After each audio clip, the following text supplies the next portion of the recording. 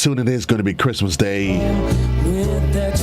It is 23 minutes on to the hour of 7 o'clock in the morning time. Grenada, good morning to you wherever you are with the sound of my voice. It's a wonderful Wednesday morning, the 15th day of the month of December.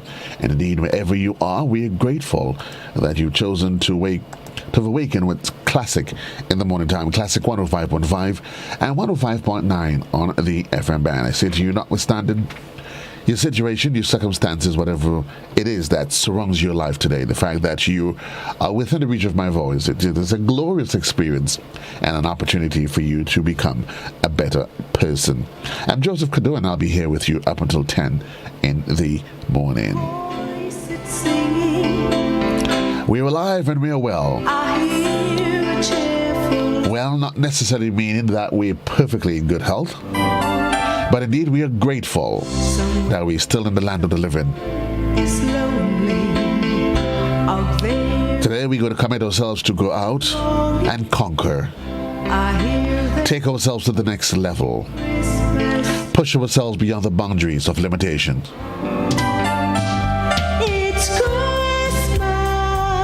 We'll eliminate the negatives in our lives, and we'll promote the positive elements.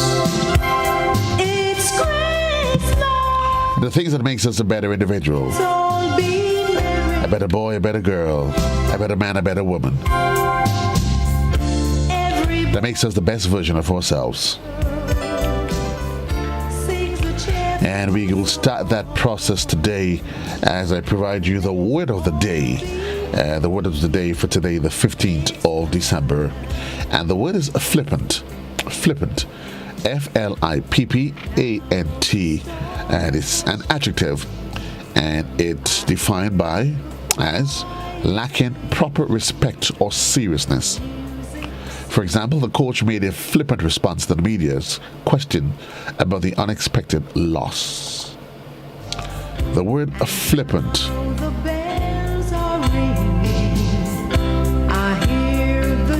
Other words from flippant is the adverb flippantly.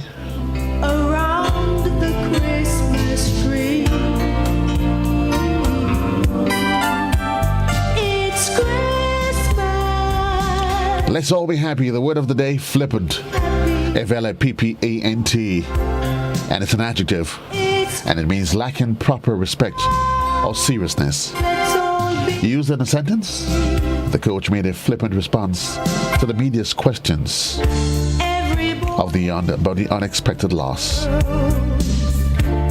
Every boy and every girl singing a cheerful song. Let's all be happy because it is Christmas. The countdown is on, Grenada.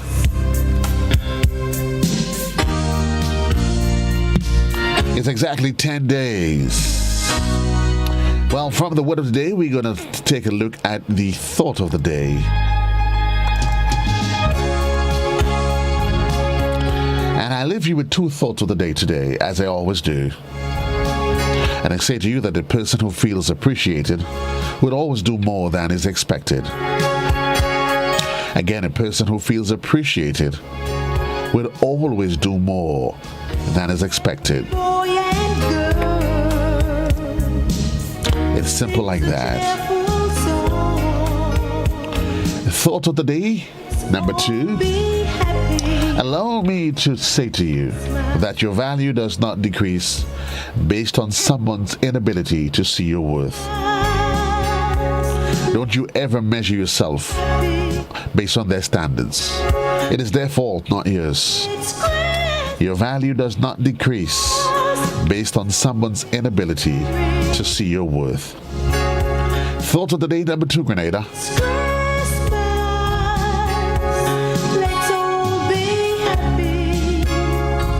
Let's all be happy. The health tip of the day. And today we're looking at the watermelons. And did you know that the citrulline in watermelon has been shown, yes, to reduce the accumulation of fat in our fat cells. It also improves blood flow and promotes skin, eyes, and bone health. I assume today we probably just need to get ourselves a little bit more watermelon and enjoy the luxury and glory that it offers us today. 18 minutes on to the hour in the morning time. Somewhere out there, somebody's happy. By way of information, just need to inform you of today, the 15th, Wednesday the 15th, planned outages for lines and pole maintenance by Grenlec. Today they will be in the Montouth area from 1 to 4:30 p.m. And Windsor Forest in St. David between 1 and 3:30 p.m. And in Toko Bay in St. David between 8:15 and 12 noon. And these planned outages, according to Grenlec, are parts of the ongoing maintenance program. This program allows for Grenlec to maintain reliability, power quality, and safety by continuously doing repairs and upgrading our lines, poles, and infrastructure.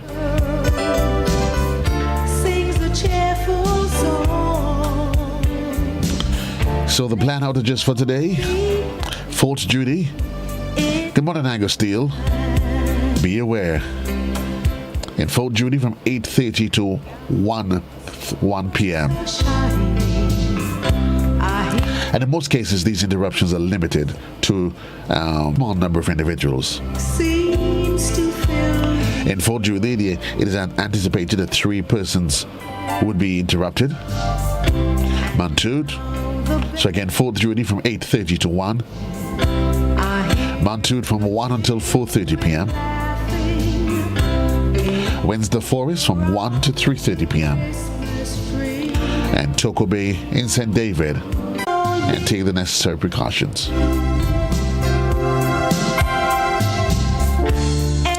Every boy and every girl. 60 minutes on to the hour of the morning edition comes up next right here in Classic. And for those of you that's on television, you get a repeat of the top stories from last evening's newscast. Allow me to say to you today that whatever happened yesterday is all gone. Where you are today is just an indication of where you're intended to be and your projected path. It doesn't establish your final destination.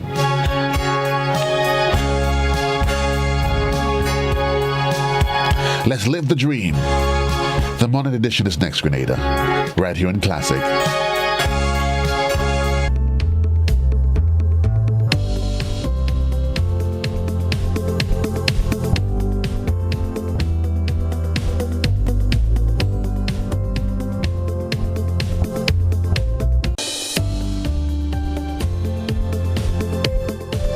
In 2019, Trevor Robertson, a U.S. and Grenadian citizen, pleaded guilty to forcing a 5-year-old boy to perform oral sex on him while the boy was temporarily left in his care.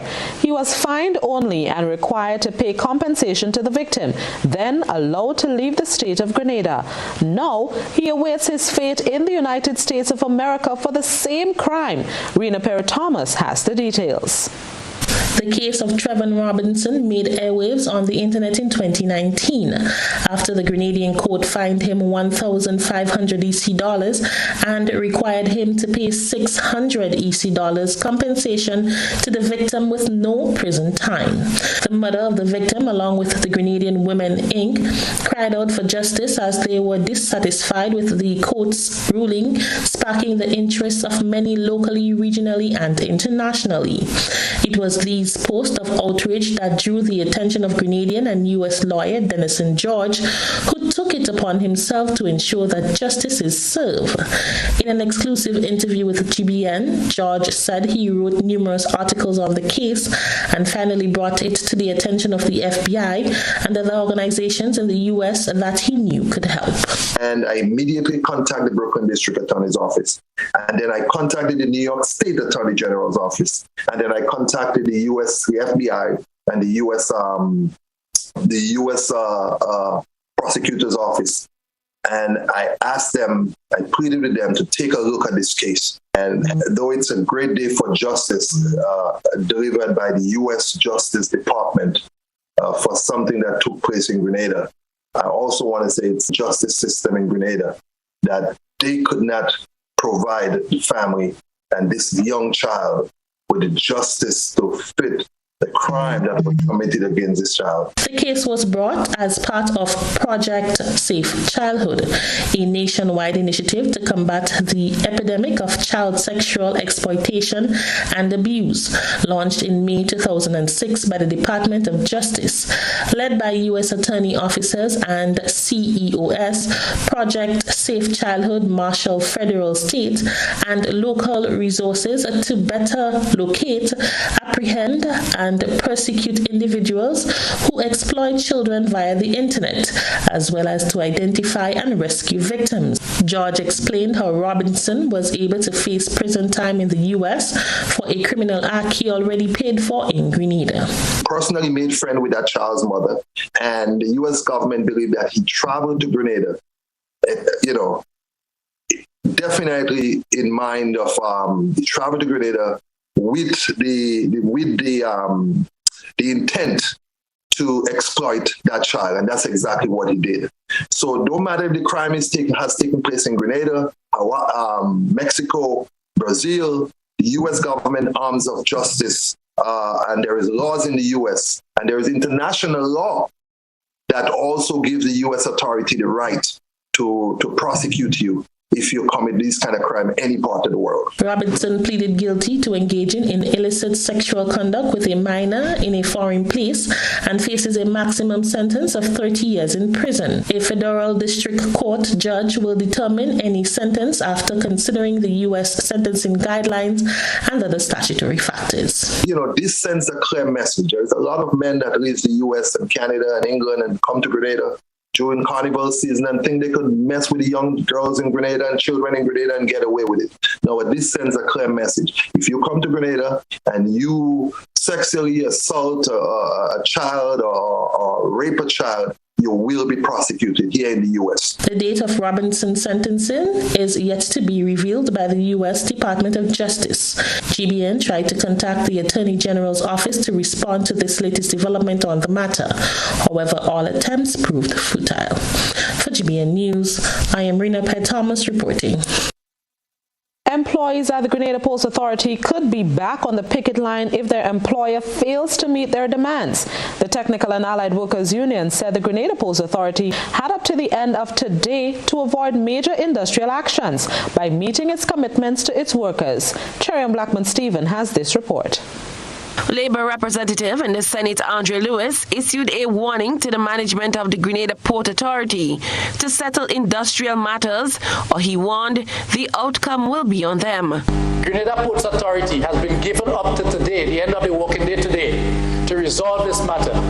This is not a threat to you, Mr. Deputy President, but given where we are with COVID and everything else, that whatever takes place on the port after today is totally in the hands of the management. Workers of the Grenada Port Authority did not report to their usual workstation on Monday as they were engaged in industrial action outside the authority's headquarters. Lewis, who is the President General of the Grenada Technical and Allied Workers Union, was on the front line on Monday with employees, protesting for what they say is the authority's inability to resolve outstanding issues that date as far back as 2019. An outstanding matter in relation to Comrade Dennis Grew and others that went before the Ministry for Labour. The Labour Commissioner, together with the Department of Public Administration, investigated the matter, found in favour of the union. The union accepted the recommendation, although it was not everything that we were arguing for. The Port Authority, by way of letter dated 11th August 2021, wrote to the Labour Commissioner accepting the recommendation, thanking the Labour Commissioner for resolving the matter. And then all things seem to have just gone downhill, where they are now saying that they are no longer interested in the recommendation. He outlined other outstanding issues that contributed to Monday's protest action. For 2020, The bonus that were paid to the workers were below that which is normally paid. The collective agreement makes provision for discussions on the matter. We have written to the port. Up to now, they have not gotten back to us to give us an explanation for this matter. Lewis said he can't understand the management of the Grenada Port Authority stance. There's been industrial action on the port. Right? That's why I've been absent yesterday. We can't understand for how the like of it that a government entity in particular, and anybody, could sign accepting a recommendation from the Ministry for Labour, signing that they accept, meeting with the organization to work out payment, and then trying to renege on it. I mean, we wouldn't want to say that that seems to be the norm. Okay, remember the issue of the MOU, the pension and the MOU, right? We hope that this is not the norm because there will be the appropriate response. Lewis made the statements during his contribution to the 2022 budget presentation on Tuesday. Cherry and Blackman Stephen, GBN News. As the labor movement welcomes the salary bonuses for public workers and the cap on gas prices, which benefits the working class of Grenada, Labour Senator Andre Lewis is making further recommendations to government. Gerard Joseph has the details. The Labour movement is calling for more cost of living relief measures as the nation goes forward into 2022. Labour Senator Andre Lewis, while welcoming the $15 cap on fuel, is recommending a further $3 reduction in the $5.50 petrol tax. We are suggesting that if you remove that $3, what it will do. So, for instance, if we use the $15 cap,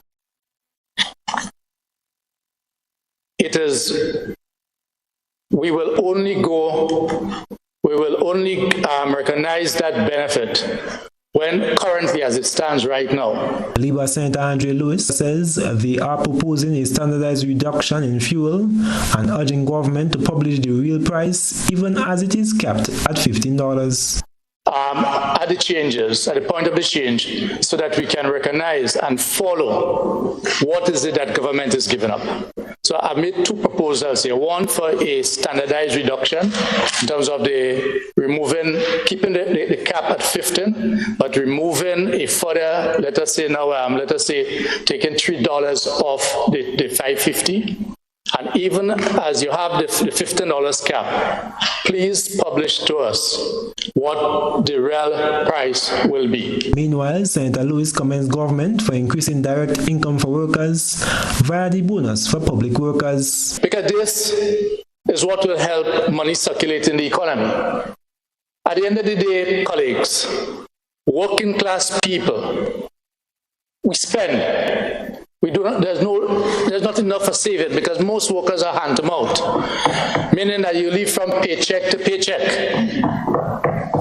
And therefore, given the demise that has taken place in the rural economy through the collapse of agriculture in the rural economy, this extra money for December and come the first quarter of next year, if all the monies are not paid now in terms of what you call the frontline workers that you have to work out, because there's a provision for that, the additional set of police and nurses and doctors that are the established frontline workers. These monies will go into the rural economy because a lot of workers are rural-based. However, the Labour movement, according to the Senator, is requesting that such bonuses be made annually. Made standard so that government workers, public sector workers will know that they can look forward to receiving a bonus or an extra month's pay or half month's pay every year. Something that you call the 13th salary pay, as has been done in quite a number of private sector companies. That can be done. The Labour Senator is also urging workers to be prudent in their spending during Christmas and ensure some form of savings is made. I am Gerard Joseph for GBN News. Agriculture Senator Roderick St. Clair, while commending government on its initiative to increase the funding available to micro and small businesses via loans, has called for an investigation into the loan processing procedure, as well as into the individuals on those select committees. Senator St. Clair also questions how much of that funding is targeted to agribusinesses and agro-processing. Here's Gerald Joseph once again.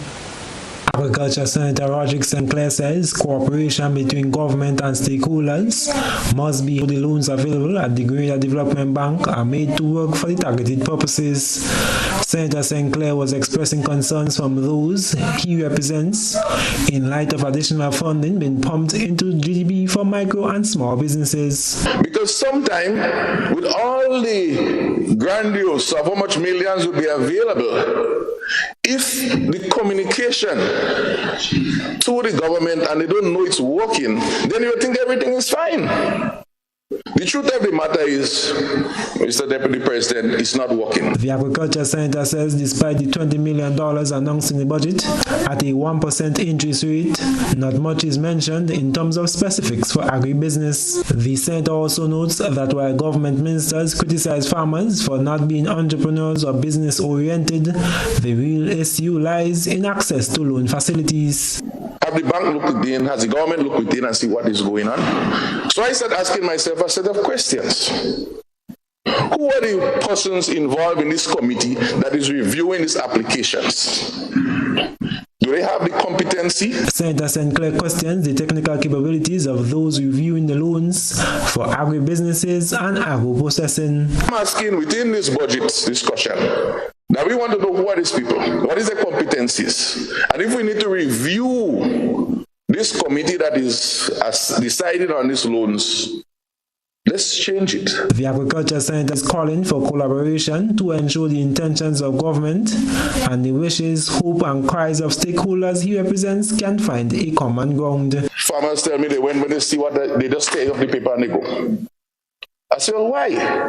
So with my fastness, Mr. Deputy President, I say, let me get these copies and see what they're really asking.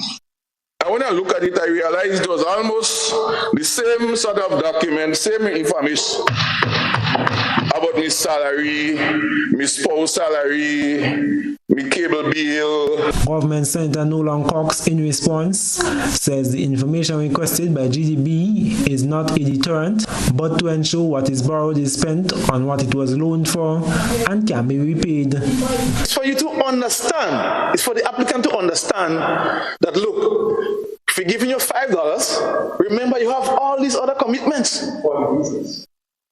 But your business and your personal commitments, your financial commitments is not separate. We understand, we are farmers.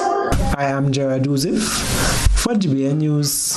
Grenlec is bringing greater convenience to its customers this Christmas season with its new mobile app, which was launched on Monday. The app will better assist customers in obtaining billing information along with the notification of outages and other issues that will affect customers. Here's Rena Perry-Thomas with that story. At just a touch of a button, customers can now check their bill balances, usage history, report faults, and more from their mobile devices using the new Grenlec mobile app. The Grenlec app gives customers easy and convenient access to current payment information for multi-accounts and also shows energy usage over the last 12 months by units and dollar value. Electrical engineer at Grenlec, Samantha Hossel, says the company is always seeking innovative ways to bring more conveniences and accessibility to customers. And at this time, we're really happy to announce that we're launching our mobile app. And the mobile app has lots of features for the customers.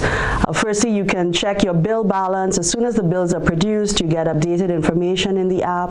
The app allows you to know if there are outages in your area. It gives you the time that we expect the outages to be resolved when you get the power back.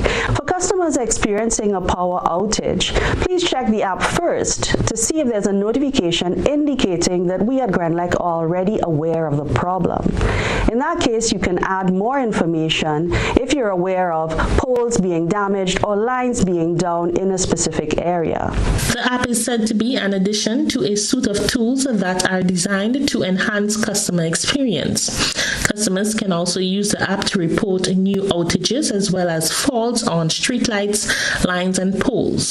The notification feature will send messages about power outage that may affect customers and provide updated restoration information. Grenlec's Corporate Communication Manager, Prudence Greenidge, believes that customers will embrace the convenience of on-demand access to Grenlec's billing information. We think it's particularly useful that customers can add as many accounts as they would like, and while we've built in the security feature so that the first time you're using it, you will have to enter your account number as well as your Grenlec access number. Thereafter, you will not have to do that. It's one click and you get the information that you're looking for whatever account you have set up. I'm sure our customers are quite aware that when there's an emergency, getting through to our emergency fault line can be quite frustrating. And so we encourage customers to utilize the app during those times to get information and to communicate with us if you need to provide more information about a particular outage. The customers who have tried it out so far have told us that it's very easy to set up and quite user-friendly, and we're hoping that that's going to be your experience. While the mobile app is available, customers can continue calling 237 to check balance and report faults 24/7. For GBN News, I am Rena Pett Thomas reporting. Government Senator Victor Philip took to the floor as the Senate debate resumed on Tuesday in what was his maiden speech in Parliament. His contribution to the debate involved education, leaning heavily on TAMCC while hinting at the possibility within agriculture. Here's Gerard Joseph with those details. Did the newest government senator shoot himself in the foot and that of the NMP administration as he announced that government will have to revisit the way agriculture is viewed and taught? Or is it finally a step in the right direction as government truly recognizes agriculture as a main pillar in driving economic growth while creating sustainable employment? Senator Victor Philip, hinting at the electronic technology already available at TAMCC, says smart agriculture is a way forward to attract young people. In TAMCC, we were teaching the students to use a simple board we call Arduino programming board. What could you do with that? They can design a program to do whatever they want. And in that, I mean to control things. So in that, what I means is that you can have a pump in your garden, wherever it is, and using the technology with your same mobile phone with an app on it. And this inputting certain sensors, like humidity sensors and stuff, and calibrating it to tell you, to send a message to you to tell you that the soil needs what. However, many have expressed government only holds agriculture as a talk shop with no real action being taken. Recently, political leader of the NDC, Deacon Mitchell, addressing the allocation for agriculture, said 19 million was not enough. Agriculture Senator Roderick St. Clair has since noted that less than rather than more, as was purported, was allocated to agriculture. There is this talk about there was so much more money in agriculture this year than last year. I said, but where is that? So I went and I pulled my 2 budget documents and I said, but collectively, as it was said, in 2021, agriculture got over $40 million. That you put recurrent this plus other projects that we put with it, road project, etc. When I look at this year, I see the 33 bowl in front of me, so I say, well, how 33 become more than 40? Senator Philip, though, notes automated or controlled systems can be installed and incorporated into farming. And also automatically switch that on. But because of the diversity of our weather, we may not want that happen. But as we learn, and I have learned from my parents and for parents, grandparents, that we can look over the hills and see if rain will fall. So So in that, I mean, if we see that rain will fall, we would not put the pump on. But if we see that rain will not fall, we can press a button on our mobile phone and turn this pump on, and we don't have to go and monitor it. Agriculture Minister Peter David has highlighted their intent to centralize agriculture to Maryville, and Senator Phillips says such processes will be a feature of that project. I am Gerard Joseph for GBN News. 30 swim instructors will undergo a 6-month training thanks to the collaboration between Get Grenada Swimming and the Sandals Foundation. Chrislina John has the details. Ms. Natalie Regis, a senior swim coach in the Ministry of Sport, will be the facilitator of a 6-month training program for 30 swim instructors.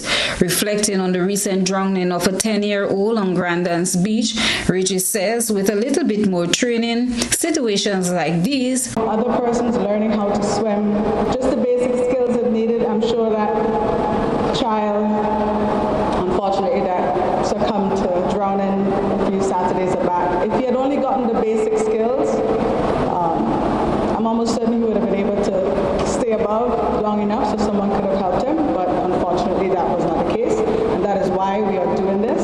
So we have to know as instructors and partners that this is a very important venture dear to us. This is an intensive program that takes a commitment of 5 days in December and every Saturday from January to June. Speaking at the launch was the National Training Agency's Training Support Coordinator, Marlene Abraham, Friday. She says upon completion of the program, all participants will receive certification through the National Training Agency. By the end of this swim instructor program, you will not only have the knowledge that is required to be a swim instructor, but you would have built competencies over the period during the training to enable you to teach swimming in an effective manner. On completion of your training and assessment in this program, the expectation is that all 30 of you will receive an NPQ. Grenada Amateur Swimming Association has pledged to support instructors over the next 5 years. Mrs. Vija Bruno Victor implores the young instructors to take this training seriously as the opportunities exceeds beyond Grenada. Take on the 6 months of the every Saturday. Come early. Make friends. Enjoy yourself. Talk with one another. And ensure that if you don't understand, somebody that you find look as though they understand, ask them. It is important for you to understand what you're doing because the opportunity is not only in Grenada. You can go abroad and teach people how to swim anyway. Sandals Grenada has vouched its commitment to support the program. As you would have heard during the presentations, in 2017 we actually sponsored their first swim instructor program that would have taken place, and so this is an evolution of that and the continuation of that because they have achieved their tremendous goal of teaching 8,000 persons how to swim over the last couple of years, and so we want to be part of the sustainability of the program by having more qualified instructors available and ready to teach more people how to swim. A total of 3 hours will be allotted for each session, of which half will be theory, followed by practical in water. Introductory level sessions will take place from December to March, where participants will be taught water safety and the basic skills in swimming and the components of the various strokes in swimming. This will then be followed by the intermediate level for another 3 months, where the common errors and drills will be taught. Video analysis of the various strokes, the turns, FINA International Swimming Federation rules that govern the sport, introduction to sports physiology and planning. Chrislina John, GBN News. And now let's turn our attention to what has been creating a buzz on social media. Rena Perry-Thomas has been looking around the platforms. We present the news. You analyze the various topics and distill the issues as they unfold. Your distillation points matter as we're about to highlight them in our Social Buzz Report. After numerous complaints and concerns about the safety of commuters and bus operators, the Grenville bus terminus now has proper lighting. GBN brought this story, and you, our online audience, took to the comment section to air your views. Cynthia B. comment, wonderful, one step at a time. Thanks to all who made this possible. Tyson Beggs said, this thing they call bus shed don't make no sense. When the sun is out, we still get burned by the sun under the shed. Rainfall, we still get wet under the shed. On top of that, after the rainfall, the whole place flooded with water. No drainage. Peter Mitchell wrote, Grenville is my hometown. That light should have been done from day one. Please don't let it happen again. We are in 2021, and Grenville is a wise town, well known as the biggest parish of Grenada. Anne Fletcher said, whenever rain falls, it's either you die or live in the terminal. You can swim, dive, and fish. So whenever the rain falls, come out one and all with your swimwear. And finally, Ron Courtney commented, always getting the low standard of everything. The whole tongue needs good repair. Everything is about St. George's. And that's a wrap for tonight's Buzz. Continue to share your thoughts and concerns with us on our social media platforms. After numerous complaints and concerns about the safety of commuters and bus operators, the Grenville bus terminus now has proper lighting. Chrislina John has the story. Since the opening up of the Grenville bus terminal for a commute, bus operators have been complaining as the terminus was plagued with issues. It ranged from not having adequate shelters when it rains, lack of proper urinal, no lights, and no garbage bins. Bit by bit, the cry is being answered. One of the latest moves by government is the lighting of the facility. Desmond John, driver plying the number 6 bus route over the Granite Tank, welcomes this move. Without the lights, the people are inside here, and it looks very dangerous. So I am happy today to say that we have seen the lights turn on today. It's a cry that we've been having since this terminus opened. I mean, I personally been calling for this for a long time. Frontline electrical contractors undertook the project. Keldon Smart explained what was done. 3 bus sheds. We have 6 lights in each of the stalls. It's 6 stalls, so you have 6 lights, 6 fluorescent LED lights, 2 feet.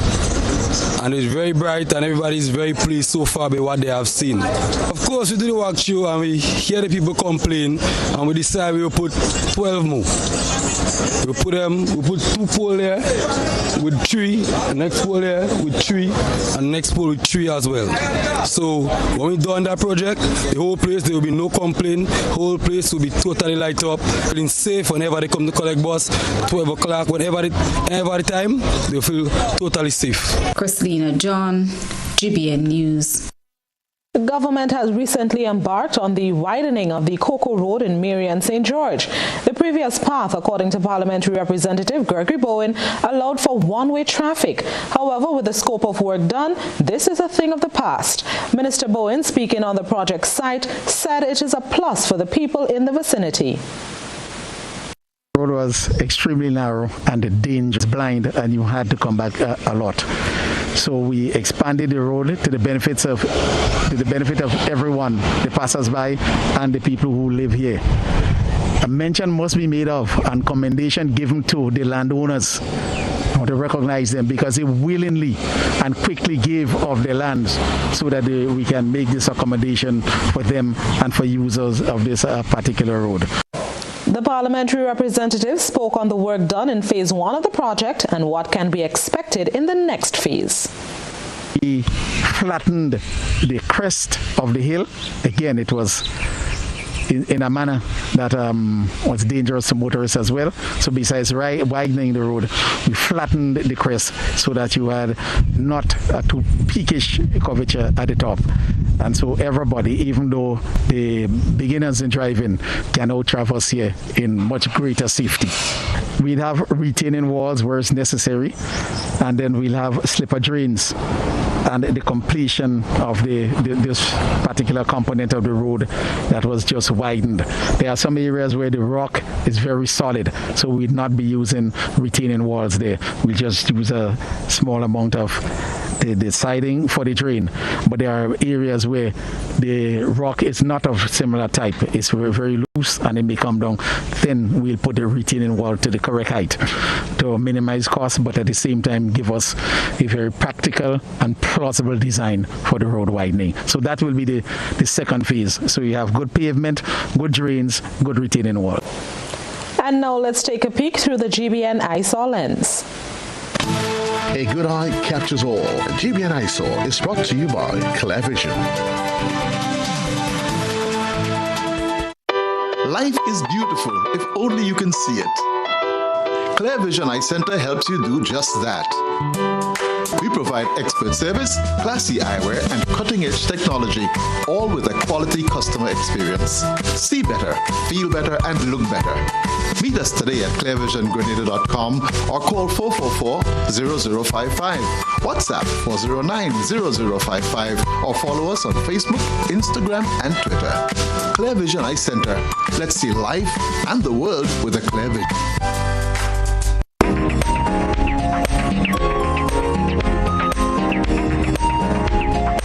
School is officially out, and for many students, it went out with a bang. The students at the Laura Christian Academy had a ball of a time with a piñata at their school party. We thank our eyesore reporter for this submission. Continue to send us your photo and video submissions via WhatsApp on 405-3052 or our other social media platforms. Are you busy during the week and have no time to go to the credit union to access your loans? Do you wish there were more days available to you? We can help. Our Loan Saturday is back by popular demand this and every Saturday at the GUT Credit Union Grandance Branch, Excel Plaza. Enjoy the peace of mind knowing that you have access to your credit union. Welcome to Voyager, your favorite home goods store. Visit us today at our upstairs branch for the best variety in curtains, bedside lamps, Christmas decor, throw pillows, blankets, bathroom sets, and so much more. Downstairs you'll find all your home good items at the best prices. We hope to see you soon.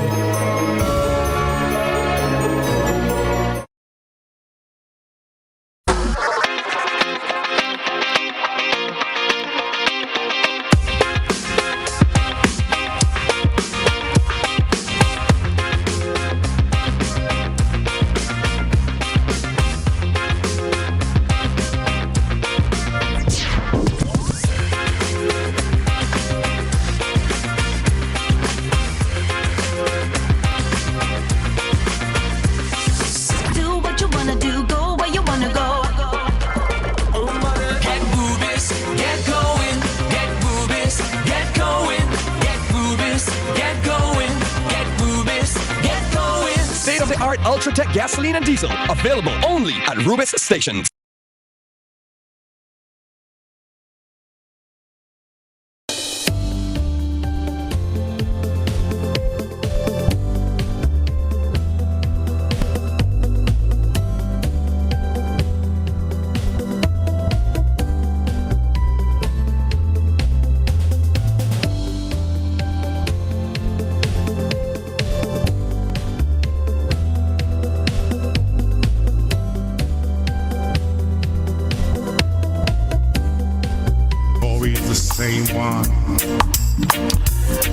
So indeed, happy anniversary to you, Jan. Janet's going to get her anniversary chit-chat when she comes in. I'll take care.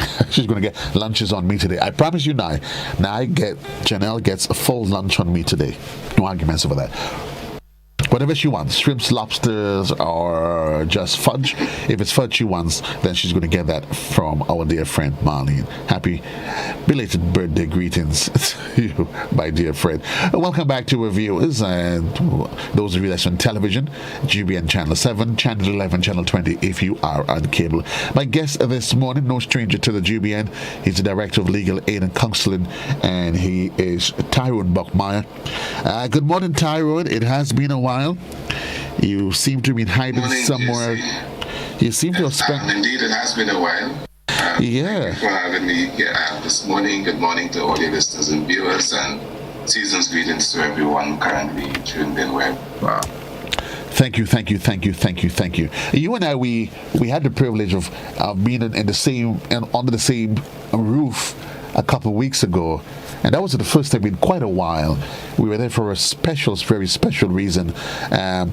16 days of activism, and the purpose of that gathering was to continue to highlight the challenge, Tyrone, of violence against women and girls, and I think by extension violence in any form against humanity as it is.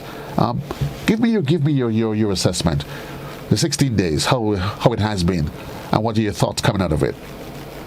Right. So the 16 days of activism to protest violence against women and girls is globally observed every year from November 25th to December the 10th. So that kickoff activity that we attended on November 25th had the effect of looking at the work that's been done in Grenada under a particular project known as the Spotlight Initiative, which is providing support for the government of Grenada through various departments and non-governmental organizations like Legal Aid and Counseling Clinic to bring focus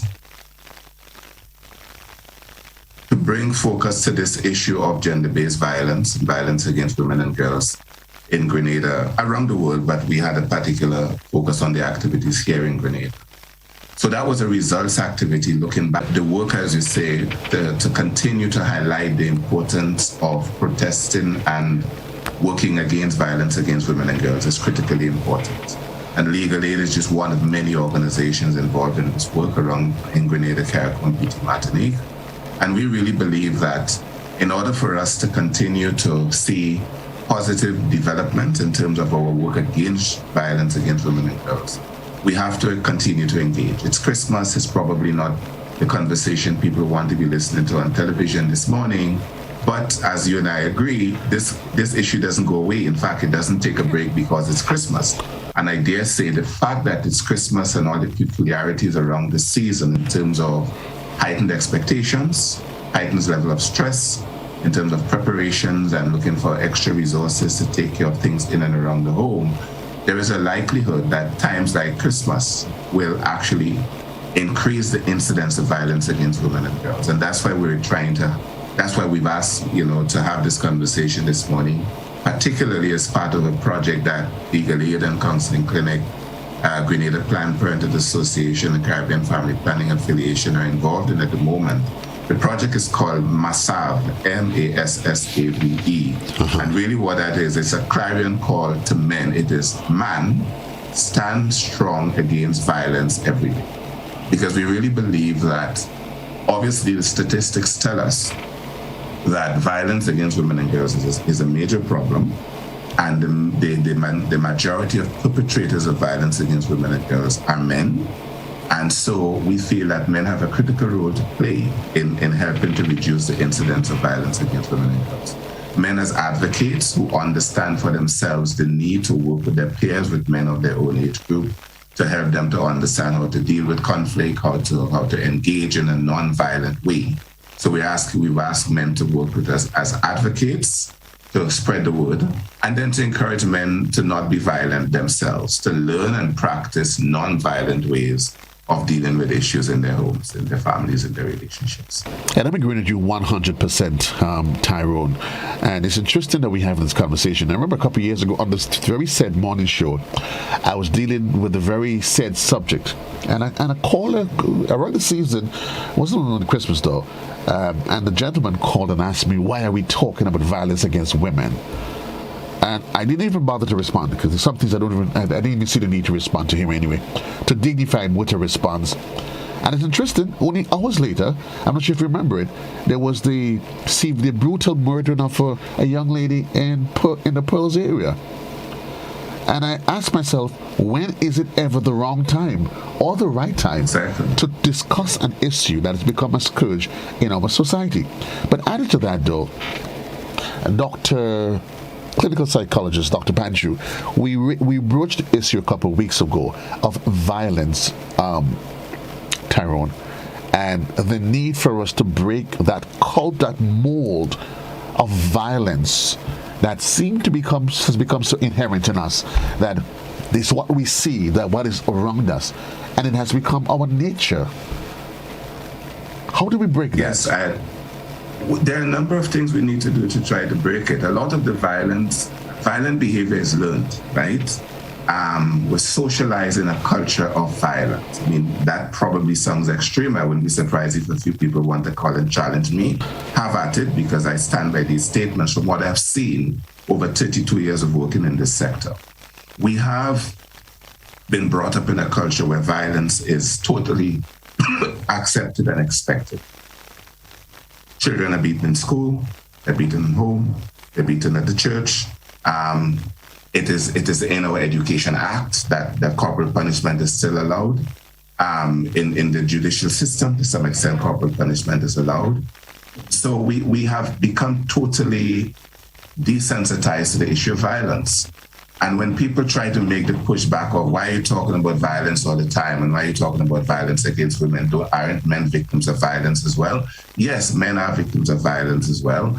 And the conversations are not to prioritize one over the other, to say violence is unacceptable. But as I already said, the reality is that the majority of victims of violence, in terms of gender-based violence and violence in the domestic sphere, are women and girls. And the majority of perpetrators are men, and also boys, because we also have under 18-year-old men, boys in relationships and so on, who are using violence. So we need to try to break that cycle by asking families, persons, parents have to learn there must be non-violent ways of disciplining children, right? Rather than punishing them with violence, we must learn to discipline with love and other means of sanctions, right? It has to start there. Children are learning that violence is fine if every time they do something wrong, they're beaten, either at home or at school. They begin to accept that it's okay to use violence against anybody else because violence becomes a control mechanism or a power play.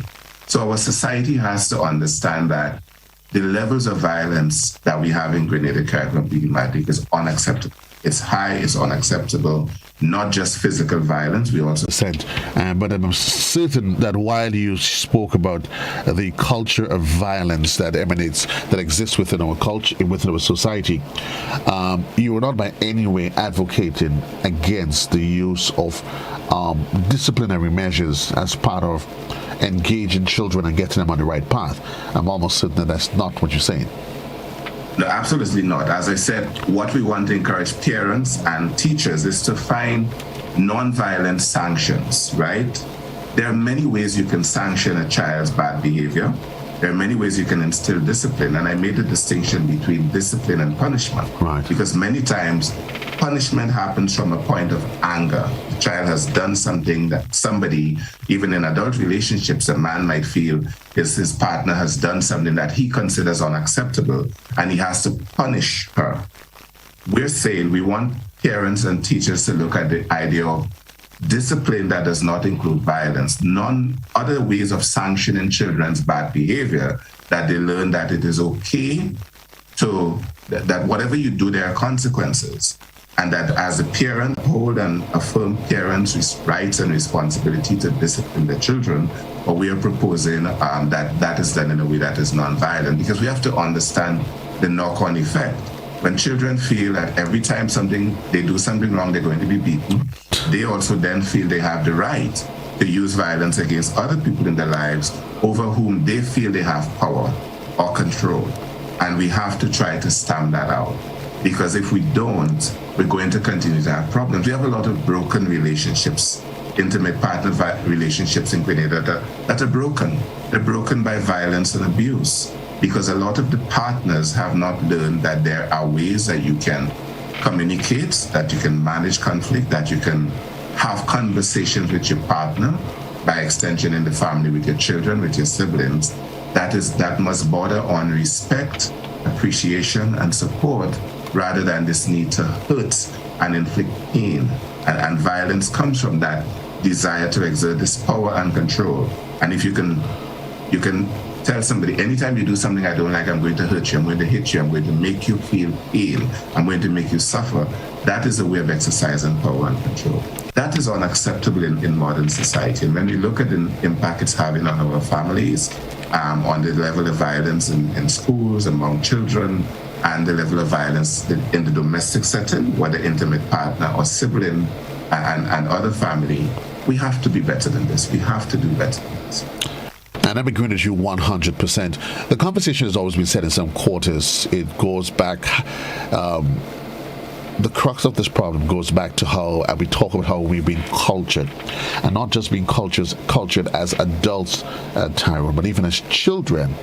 From the very informative years, the things that they are taught. So what a little girl's made of, sugar and spice and everything nice. What a little boy's made of, old, and we then associate with them all of the ugliest of things that they could possibly consider. If a little girl, she falls, we pick her up, we rub her off gently, and it is okay, and she's supposed to cry. So crying is natural for her. For a boy, he's then told to toughen up.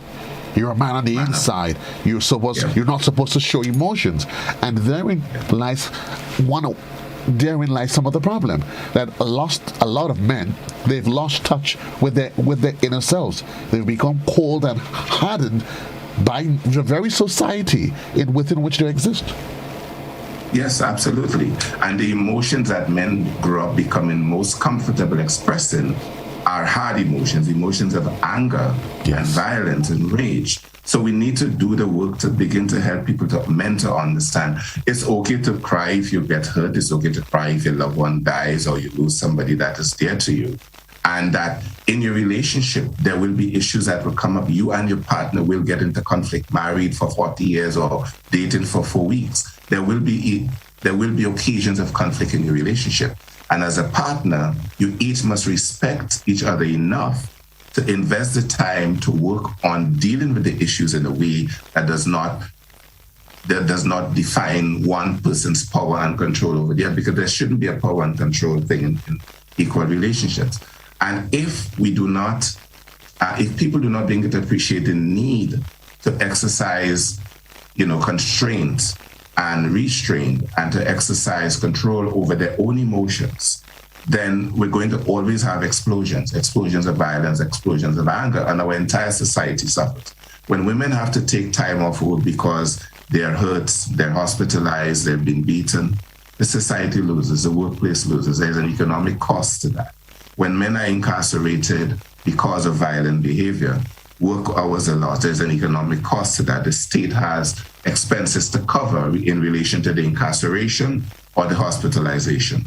When a woman or when a family is affected by violence, the welfare of the children is compromised, the children's upbringing is compromised. There are all of these issues. So we have come together as these three organizations I mentioned earlier: Grenada Planned Parenthood Association, Legal Aid and Counseling Clinic, and Caribbean Family Planning Affiliation, all of which are supported in different projects under the Spotlight Initiative to help to work with different populations, especially men, around the issue of non-violence, and with women who are victims and survivors to provide them support for legal representation, for reproductive health services, for a whole host of services that, even in the context of gender-based violence, we have situations in Grenada where men are forbidden their wives and partners from accessing sexual and reproductive health services like family planning services as a power thing. I don't want you to do this. So our family, we're going to continue to just have children because we're man and woman and we're supposed to multiply. We're not thinking of the welfare of these children, how we're going to support them. Men are forbidding women from accessing services that are integral to their sexual and reproductive health, right? So this clarion call to men is A, stand up and be counted as a non-violent man. Be an example to your peers in terms of dealing with your conflicts and communication issues in ways that are non-violent. Stand as an example. Stand as an advocate, right? Work with other men. A lot of men commit violent acts and continue violent behavior because they often get validation from their male friends. When a man says to a man, you know what she do me that I can't handle that, as a man I had to make sure, right, I do something, and the other man says, yeah, you have to show her who is boss. And that means go home and put a beating on her, because if you don't, then she will disrespect you even more. So men often tend to validate other men's bad behavior. And in terms of the sexual and reproductive health piece, we're asking men to support your partner, work as a couple, have conversations about your plans for your family. How many children do you want to have? How many children do you think you can really adequately provide for? Make those decisions together.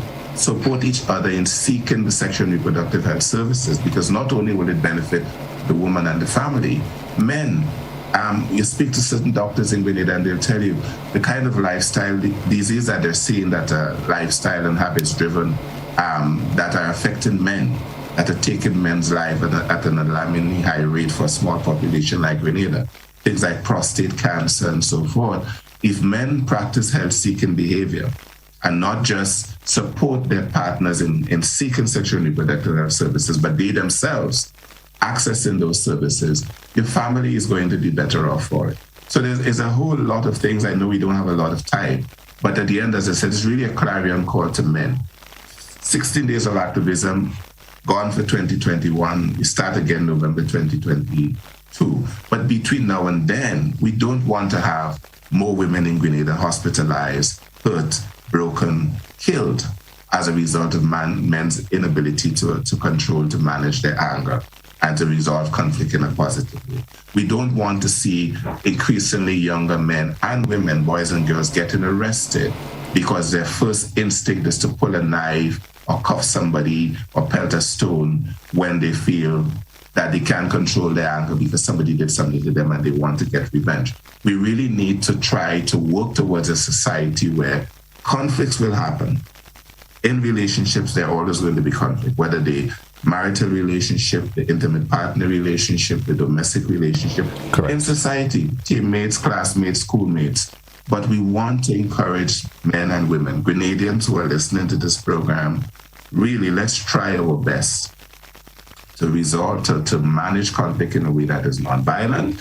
We acknowledge that there are women who are violent as well, and I'm not talking necessarily out of wickedness, but violence is visited on children, through the actions of parents, both male and female. So we know that one of the things we get all the time is men say, but women does beat man too, women violent too. We acknowledge, yes, there are minimal incidences of this happening. It is unacceptable whether it's a man or a woman being violent. Correct. So this is just to say, please, everybody, try to learn ways of dealing with situations in a non-violent way. I normally say, Tyrone, that a real man doesn't hit. And I stand by that. I often say that the man that hits is because it's a sign of his own weakness and his own insecurity.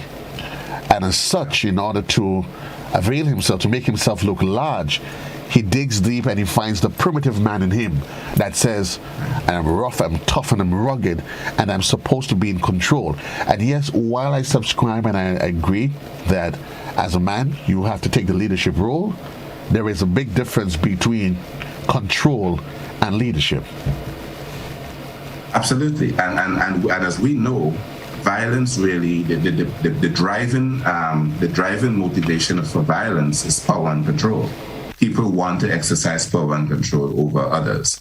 And as you say, we tend to fall back on these learned behaviors of violence. Everybody beat us, so it's our right now to beat everybody else, right? And it is destructive. So we really must start to think of, how do I contribute to the well-being and welfare of my family? What lessons do I transmit to my children, both male and female, about the acceptability of violence when I am violent towards them or towards their mother in their presence? What messages do I have do my boy children take away from my violent behavior? And is that likely to affect their own relationships when they get older? So we have to think about the now, and we have to think about the future. And Masab, that particular project, as we say, is man, stand strong against violence every day. Let it be known that you are not going to stand idly by and watch your peers commit violent acts and have their lives interrupted through jail and all, hospitalization and all the rest of it. And at the end of the day, one of the big reasons why violence survives and thrives in Grenada, gender-based violence in all its forms, is this conspiracy of silence, where so many of us know what's happened, but we refuse to say anything. And we offer reasons like, well, if I call and make a complaint, next thing the man and the woman, when they make up, they turn against me, they want to cuss me, and all of that. And these are things that have happened. But we also have to think of our collective social responsibility. If we see something, we should say something. We suspect something, we should say something. this conspiracy of silence where families tend to rally around and close the curtains around the perpetrator, the violent person, and make excuses for their violent behavior and go and try to do everything we can to get the court to be more lenient on them and all of that, sends the message that violence is okay. We're going to fight for your right as a violent person to continue to be violent. Well, we have to also fight for the right of victims and survivors to be protected from violence. Correct. And if we can lift this cloak of silence and expose this problem for what it is and take a stand against it, men in particular, but all of us, take a stand against violence, I think we will begin to see inroads gradually over time. We'll begin to see a positive movement in terms of the reduction in the incidence of violence against women and girls and violence in general. I know this morning we just scratching the surface, Terry, before we run, but certainly you would agree that it will take a multi-pronged approach. There is legal aid, there's other non-governmental organizations, the church. It would take psychosocial, spiritual intervention as well to deal with this social scourge. Absolutely.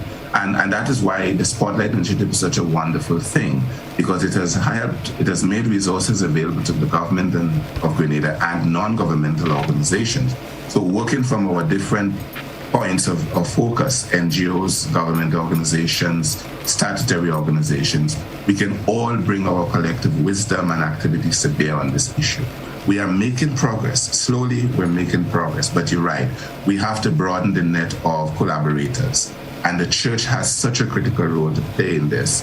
Unfortunately, we don't have more time. We can't get into that. But just to say, faith leaders and faith-based organizations have been brought in, have been approached, have been engaged as part of this conversation, because a lot of the violent behavior we see is sort of couched in religious language and justification. So we also have to have those kinds of conversations around why it is wrong, even when you feel it is justified in a particular. So we hope that as people go into Christmas, as I said, there are additional stresses, there are additional pressures on families. The problem of violence might flare up even more because people are under pressure. They stressed out, bonus was paid or either not paid, it was not enough. Right. All the plans for the home can't be met, and somebody goes on a drinking binge because he has a little extra money. We have to try in the season and always throughout the entirety of the year to remember, after the festivities, after the celebrations, after the anger subsides, our families are important. And bringing up our children in a way that they do not learn to perpetuate violence as a norm is critically important, and we must lead by example as parents. And certainly before we go, I just want to share with the conversation that I had. On Monday morning, actually, we were dealing with the conversation of dope, Tyrone.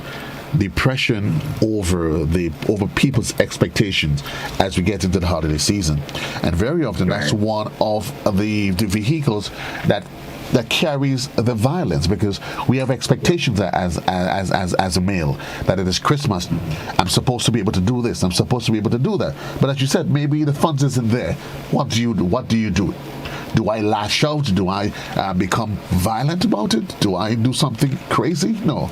I think dialogue is often the best way to go and Absolutely, deal with it. Yes. Deal with it. I mean, at the end of the day, while anger can be managed. At the end of the day, we all will agree, Tyrone, we get angry at some point in time. The Bible says be angry, but sin not. So anger is not the problem. Sometimes we have to get angry at things we see in society. And one of the things we need to get angry about, a righteous indignation, is against the violence that we see being perpetrated against women, girls, and against each other, humanity as a whole. We just touching the tip of the iceberg. The next time you and I are going to meet Tyrone, we have to make an engagement onto the point, so we can have a good hour to extend the conversation. But I'm just going to give you 30 seconds just again to reiterate some of the points that you made concerning violence against women.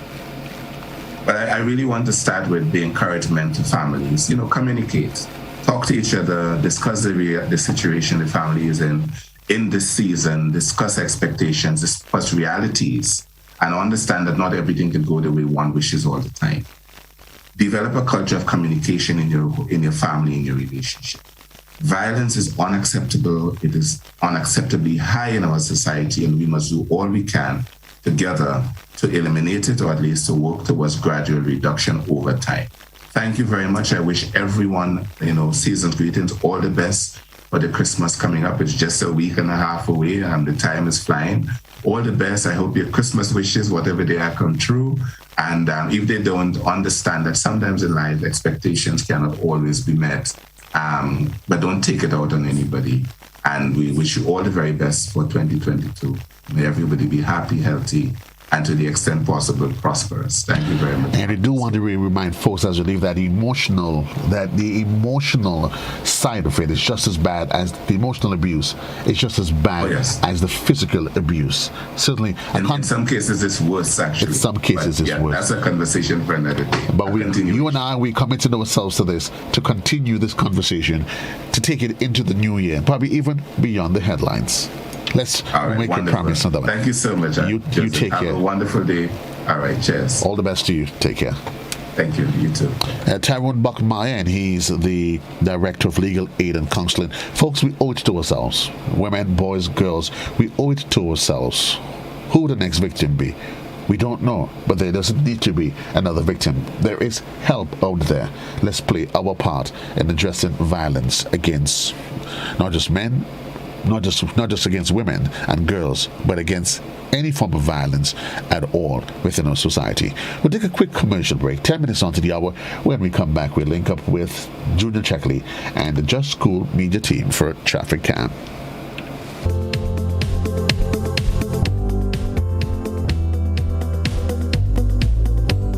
You're already ill, and pharmacy right-on ultrasound and laboratory services are also available. So for that moment when life makes demands on you, you can make demands on us. Visit us at Spice Isle Imaging, Carenage, St. George's.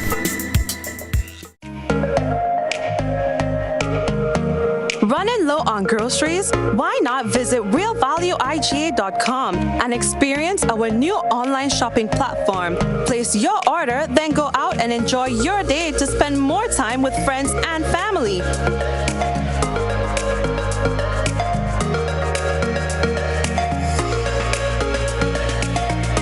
Delivery available within select locations or in-store pickup available. Sounds simple, right? It is. Stress less, live more with Real Value IGA online store, where good food begins.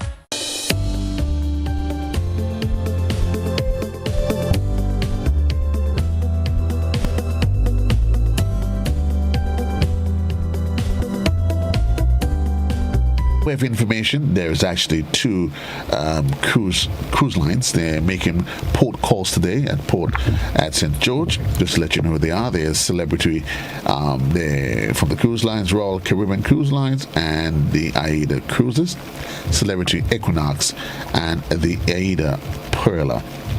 Both ships would be making calls today. They around 10 as well. One is at 8 and the other one is at 10. Again, as part of that conversation, the Esplanade Mall would be unavailable. As part of measures to reduce on the intermingling between tourists and the locals, the Bruce Street Mall, the Esplanade Mall would not be available to the persons that are unvaccinated. However, keep in mind though, while that part may not be available, the Bruce Street side of the mall, where you have everything else, that the food courts and everything else that you need, it is accessible to you. So keep that in mind. Well, it's a time of the day on a Wednesday when we link up with Junior Checkley for our traffic cam. And good morning, Junior. Good morning, Joseph, and good morning to all the listeners of GBN Radio, those on GBN TV. How are you, comrade? Parish again today. Yeah, what back road have you found? What back road have you found for us this morning?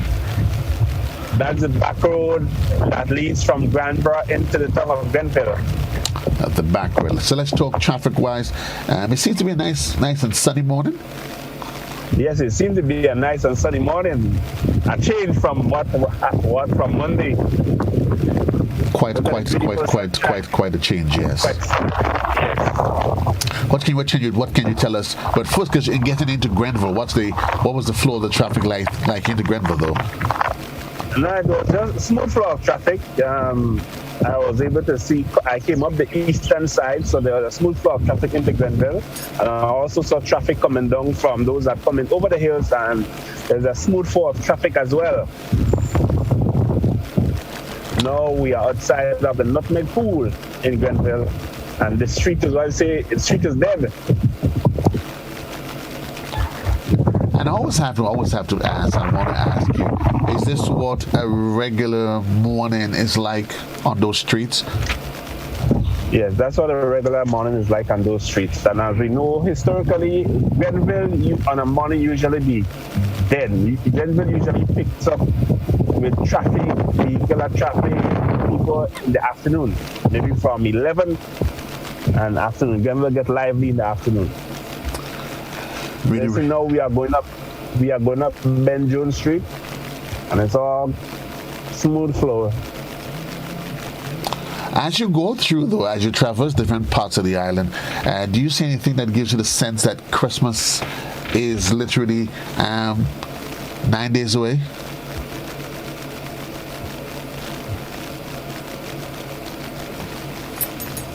Junior? No, Joseph. I was asking. I haven't seen it yet, Joseph. I haven't seen it as yet. You haven't seen it because you're not looking, or is it because your eyes are closed? I'm looking. I haven't seen it.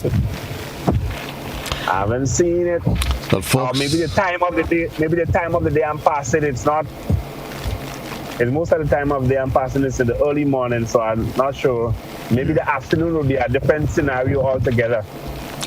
But we can't tell you now what we are. You're in the heart of Grenville. Literally, you're making the turn. Okay, so you are making. Yes, I'm making the turn. You are making the turn just outside the Anglican, the school, the RFC school, police station, everything.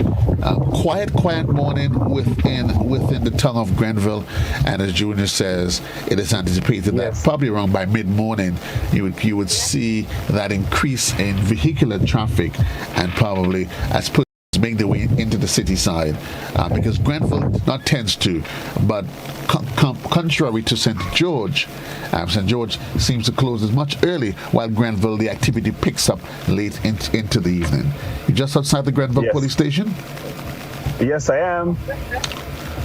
Just outside the Grenville police station. Really quiet day in the town of Grenville.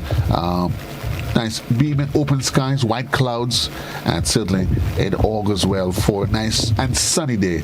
A total contrast to what is it that was offered on Monday.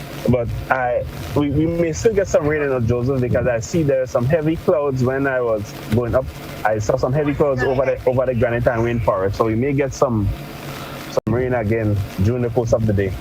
Let's see, whatever we get, the rain falls on the just and on the unjust. That is fine. We're going to handle it. You're making your way out of Grenville. You're going over the hills, or you're going down the eastern corridor? Nah, I'm going over the hills.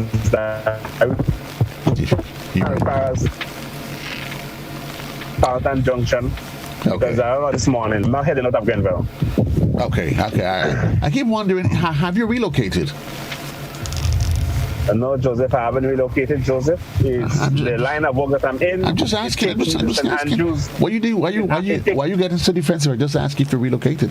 It takes me to St. Andrews on a regular basis, Joseph. Okay, that's all I ask. Yes, because of my line of work. A simple yes or no would do.